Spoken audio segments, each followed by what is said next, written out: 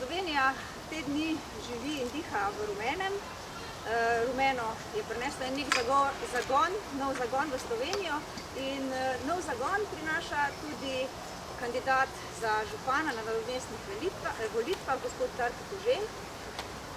Predstavil pa ga bo najprej njegov strankarski kolega, predsednik stranke Gospodarsko aktivna Slovenija in tudi predsednik Državnega sveta Slovenije, gospod Alojz Kovšca. Prosim vas za besedo. Hvala lepa. Spoštovane gospe in gospodje, Darko Koželj. Človek, o katerem ne gre izgubljati veliko besed, mogoče samo tole. Ko sem ga pred nekaj leti spoznal, so mi ga priporočili kot človeka akcije. Poklical sem ga, zaprosil sem ga za pomoč, brez velikih besed se je vklopil v dogajanje, pomoč je prišla in ne samo pomoč, tudi izjemno dobre rešitve. Ko sem se malo bolj pozanimal o njegovem življenju, večinoma samostojen, večinoma odgovoren, večinoma uspešen. Samostojni podjetnik, gasilec, človek, ki ne beži pred izzivi, ne išče težav, težave njega najdejo, on najde pa rešitve zanje. Nikoli ga nisem slišal izreči, da je nekdo za nekaj kriv, da je nekdo nekaj narobe storil. Dostikrat sem ga pa slišal, kako je rekel, to bi morali tako in jaz bi to naredil tako. Takšnih ljudi v slovenski politiki manjka. Jaz mislim, da je Darko oseba, ki lahko povezuje ne samo na levo in desno, lahko povezuje tudi mlade in starejše, lahko povezuje pomembne in manj pomembne ljudi.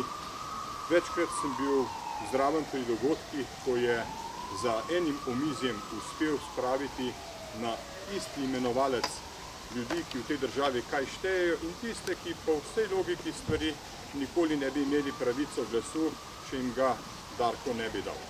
Zaradi tega ga globoko spoštujem. Verjamem, da je človek, ki lahko veliko doprinese k skupnemu blagoru, da je človek, ki bo z dialogom, ampak odločnostjo in dobrimi rešitvami prispeval k razvoju Velenja, pa tudi Republike Slovenije nasploh. Želim mu vso srečo v tej kampanji, želim mu, da v vrsto svojih zmag doda še eno. In Darko, če je danes vse nekako v stilu rumenega, jaz mislim, da tudi malo modre sivine pritiče zraven. Gospod Koželj, nekako že s tem, da vas podpira 5 strank, kot sicer tukaj neodvisnega kandidata, člana Gospodarsko aktivne Slovenije, uspelo vam je povezati 5 strank. To se sicer v Velenju dogaja prvič. Vaša je beseda zdaj. Ja, hvala lepa. Mislim, da besede prijatelja Alojza so nekaj povedali o meni, vendar je prav, da tudi sam izrečem nekaj besed in se v nekaj stavkih predstavim, kdo sploh sem. Jaz sem Darko Koželj, rojen leta 1958, rojen pod tem hribom tamle gor, ki se imenuje Koželj. Imamo veliki Koželj, mali Koželj in Koželj. Sem 7. otrok rudarske družine.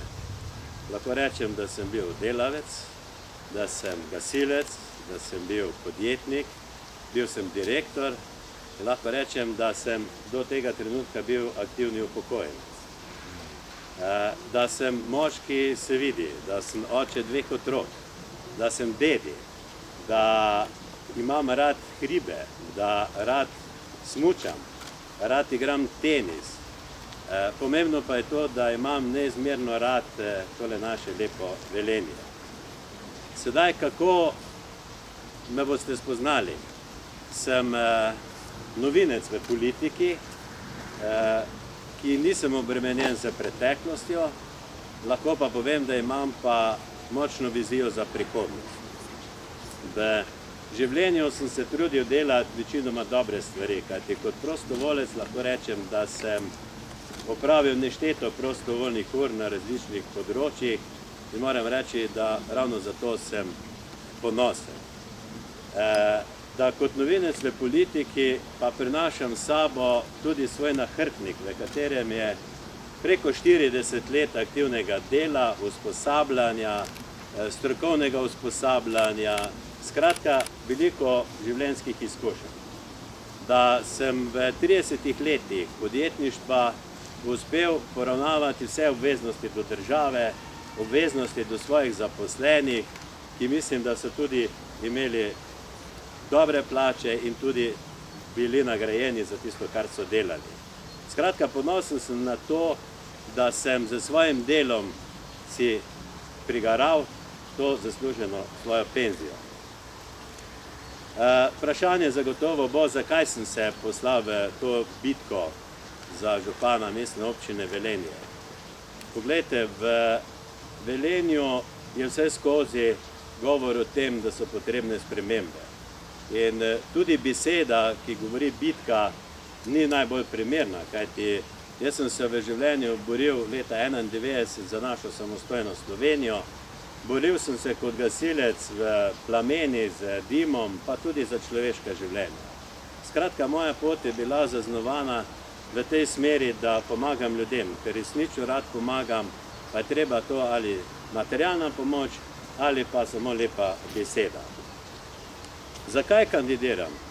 Glejte, v Velenju prebivalci, meščani, Velenjčanke in Velenjčani že vrsto let govorijo, da so potrebne spremembe pri vodenju občine. In ta glas Velenjčanov mi je dal vedeti, da bo potrebno nekaj storiti. In ta glas v zadnjem času prehaja celo v klic na pomoč. Ampak ta na pomoč ne pomeni, da nam grozi požar, da nam grozijo ujme ali pa kaj drugega. Ta klic pomeni to, da so ljudje resnično v skrbeh za svojo prihodnost. In ko sem združeval v glavi vse te dogodke, vse te stvari, se je pri meni pojavljeno veliko vprašanje. Vprašanje o tem, ali jaz lahko kaj storim za to Velenje, ali sem pripravljen to narediti, ali zmorem, ali imam dovolj strokovnega znanja, ali imam dovolj ljudi okoli sebe, ki bi mi to pomagali narediti.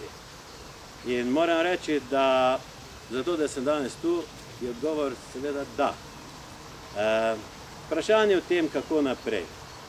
Glejte, Velenje je zame osebno najlepše mesto na svetu. Velenje je varno mesto, Velenje je industrijsko in gospodarsko dobro razvito mesto. Velenje je multinacionalno mesto, kar pomeni, da se tu združujejo različne kulture, vere, mentalitete. Vendar jaz menim, da je to prava popotnica o tem, kako nadaljevati neko pot, zato da bodo naši zanamci, da bodo naši otroci, vnuki in tudi pravnuki lahko tudi v prihodnje dihali svež zrak, da bodo lahko živeli v urejenem okolju in ne nazadnje, da bodo živeli in ne životarili. Pri taki poti zagotovo obstajajo vprašanja, kakšni so plani, kakšni so načrti za prihodnje. Ko govorimo o osebnih planih, je zagotovo vedno težka pot in ljudje načrtujemo to in ono. Včasih nam uspe, včasih nam ne uspe. Ko pa pridemo do področja, da je potrebno načrtovati prihodnost meščanov oziroma prebivalcev neke občine, pa to pomeni, da je treba stopiti skupaj, da je treba z združenimi močmi pričeti aktivnosti, ki nas bo res pripeljale potem do nekega lepšega jutri. Ko začnemo planirati, pa je osnova v tem, da moramo vedeti, kje so naše finančne zmožnosti. Mi moramo vedeti, koliko denarja potrebujemo in ne nazadnje, kje bomo ta denar tudi dobili. In jaz včasih razmišljam po tej zdravi kmečki logiki, ki govori o tem, da če ni denarja, pač nekaterih stvari ne moreš postoriti. Poglejte, podpora 5 strank mi pa daje neko zagotovilo, da bomo skupaj načrtovane projekte peljali odgovorno, da jih bomo peljali po najboljših močeh in peljali tako, da bomo poslušali zopet glas ljudstva, ki naj pove, kaj si Velenje želi, kje lahko naredimo za boljše življenje. To ne pomeni, da nimam idej, da nimam strategije, da nimam načrtov, vendar kot rečeno, kot novinec v politiki, kjer se pojavljam zadnjih 14 dni in da je pred nami še vsaj 3 tedne, skušam dobiti projekte, ki bodo nenazadnje povezani tako z občino, regijo in državo.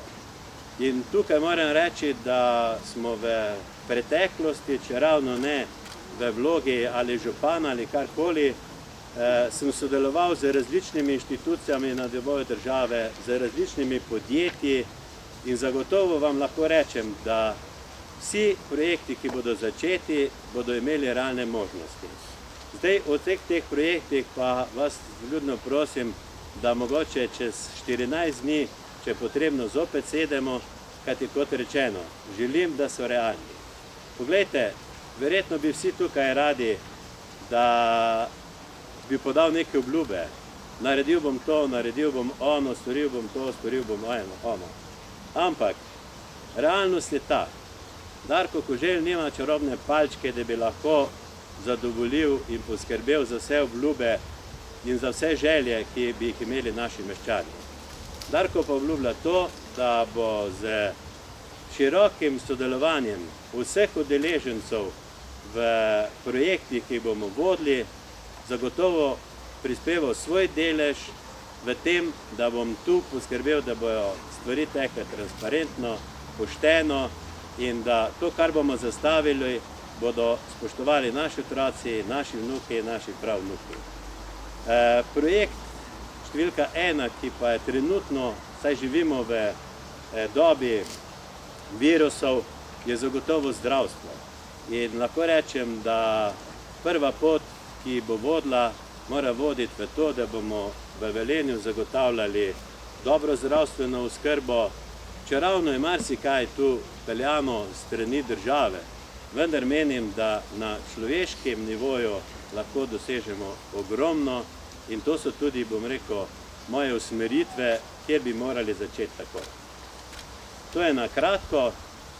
Lahko pa rečem, da projekte pa nameravamo širše predstaviti, mogoče res v tednu 14 dneh, kajti v tem kratkem času niti ne razpolagam z vsemi informacijami, z vsemi podatki o tem, kateri projekti so v Velenju začeti, kateri se izvajajo, kateri so predvideni in jaz računam, da tudi v tem času bomo dobili te podatke in potem nastopili z konkretnimi stvarmi. To je toliko. Hvala lepa. Hvala lepa.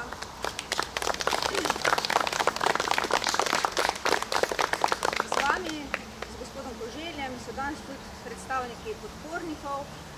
Prva se je pod kandidaturo podpisala stranka SDS in vabim gospod Jelko Godec, da pove zakaj. Ja, lep pozdrav. Jaz moram reči, da gospod Koželj je zdaj v svojem nagovoru večkrat povedal, da je novinec v politiki.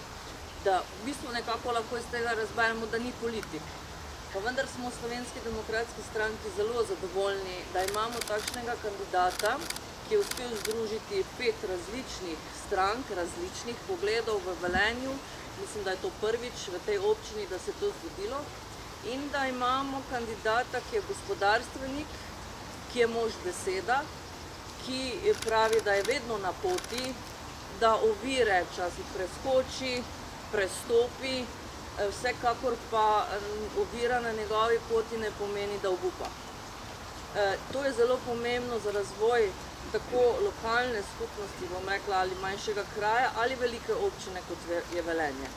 Uspeli smo celo pridobiti, malo za šalo, kandidata, ki ima hrib, ki se imenuje tako kot on, ampak slišali smo, da se rad uspe tudi na kakšno goro in takšni ljudje, ki, bom rekla, premagujejo ovire, radi hodijo gore, so vztrajni, imajo tisto vztrajnost, ki jih žene, ne glede na to, kaj jih v življenju doleti, ali veselje, ali nesreča, ali kakršnakoli, kot sem dejala že prej, ovira. Všeč oziroma veseli smo tudi, da gospod Koželj danes ne daje nekih velikih obljub. Povedal pa je, da vsekakor bo vse te različne poglede, ki ga danes podpirajo v sami kandidaturi in ga bodo kasneje tudi, ko bo župan, združil v to, da Velenje še napreduje. Napreduje z idejami uresničevanja programov, ki ne bodo nastali samo pri njemu v pisarni, ampak tudi med ljudmi. Za konec tole, Velenje je mesto s srcem. To je vaše srce. Izvolite ga in ga izvolite.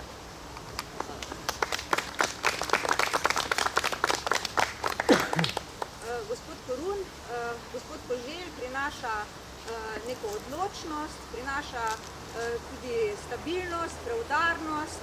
Zakaj ste ga vi podprli? Ja, lep pozdrav vsem skupaj. Moje ime je Borut Korun, sem član Ljudske stranke, Slovenske ljudske stranke, sem predsednik njene nacionalne zveze. Sicer sem Velenjčan, pravzaprav natančno vzeto iz Vinske gore, staro Velenjčan, tako kot sam kandidat. Jaz bi samo rad nekaj mogoče, preden začnem, pa rekel, da je gospod Koželj, ampak hribom rečemo pa Koželj. To samo bi rekel slovnično, tudi Velenje rečemo Velenje, ne Velenje. To je za vse tiste, ki niste otopke, zato se že dolgo časa borim in tako tem širokim ejem. Dobre, pustimo zdaj to. Poglejte, Velenje ima posebno strukturo, socialno, nacionalno, in to seveda pripeljalo do tega, da je v tem našem mestu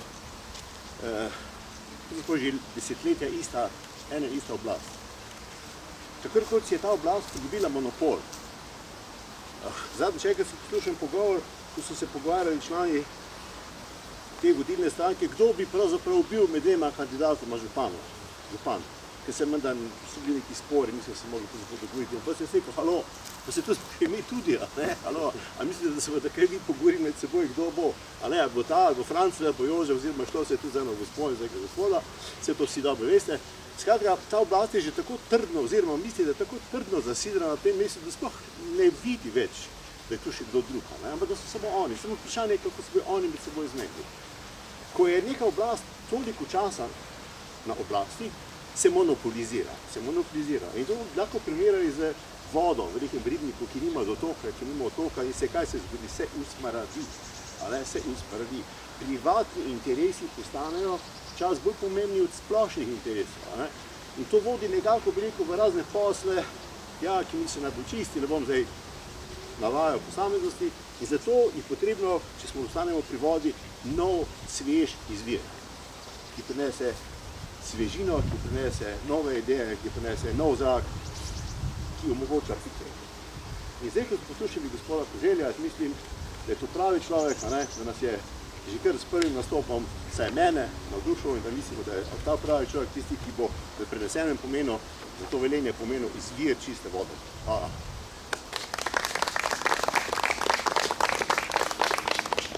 Gospod Matej Pečnik, Nova Slovenija. Gospod Koželj je tudi povedal, da njegov program temelji na jasni, predvsem pa uresničljivi strategiji.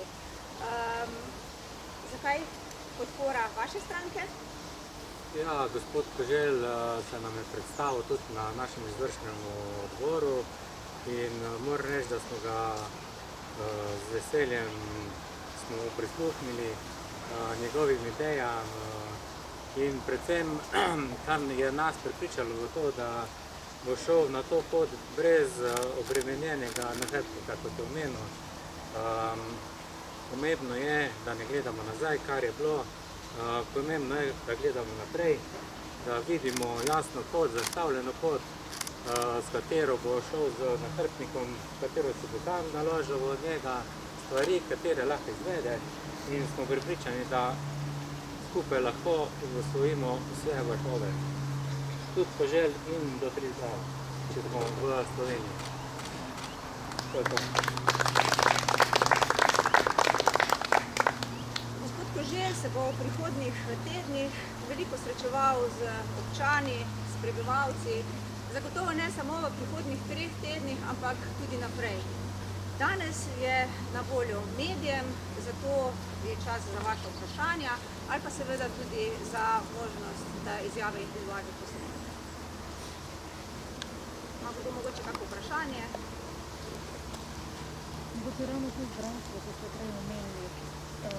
Kako pa vidite vi to rešitev? Jaz ste rekli, da to je točka številka 1. Že neke debate vneli na Ja, točno, glejte, zdravstvo kot tako, mi zdaj po medijih slišimo, ne, da ne moreš do osebnega zdravnika, da ne moreš to, da ne moreš ono. Tako kot sem prej omenil, jaz sem prepričan, da bolj od vseh normativnih aktov ali pa usmeritev je človeški nivo tisti, ki lahko dosti krat pomaga. Ravno zjutraj sem gledal včerajšnjo oddajo o tem, kakšni problemi so v zdravstvu. Zagotovo bo to potrebno dosti volje, dosti sodelovanja. Menim, da v Velenju imamo dobro ekipo, ki je treba samo dobro sestaviti, ki je treba dobro pognati v pogon in jaz sem prepričan, da za to voljo, z skupnimi močmi bomo tudi ta problem vsaj na primarni ravni lahko rešili.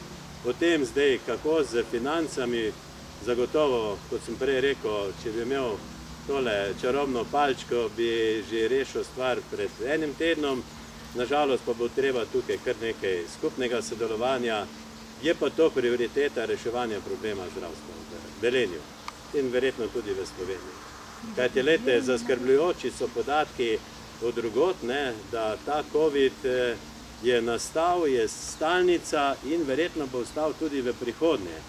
In moram reči, da tukaj gre kar neka zahvala vladi Republike Slovenije, ki je v tem obdobju poskrbela za zdravstvo na tem nivoju in nenazadnje potem tudi za ljudi. In če rečemo, da je umrljivost v Sloveniji dokaj majhna, če gledamo, ne vem, Švedsko, ki ima na milijon prebivalcev 5000 mrtvih, da ima Belgija na milijon prebivalcev 8000 mrtvih, potem moramo vedeti, da bomo z virusi živeli v prihodnje. In tukaj je potrebno ustvariti zdravstvo, ki bo poskrbljeno, da bomo pripravljeni na to vrstne izzive v prihodnje. Mogoče se stvari pripravljajo, kot sem prej omenil, ne morem povedati vsega, ker ne vem, zagotovo pa je to prioriteta številka 1. Mogoče s privatizacijo kaj takšnega? O tem pa ne bi jaz zdaj. Mogoče še sam, katera je še peta stranka, 4 predstavniki so v bistvu tu, peta stranka, ki ga podpira, je pa še kdo? SMC. Aha.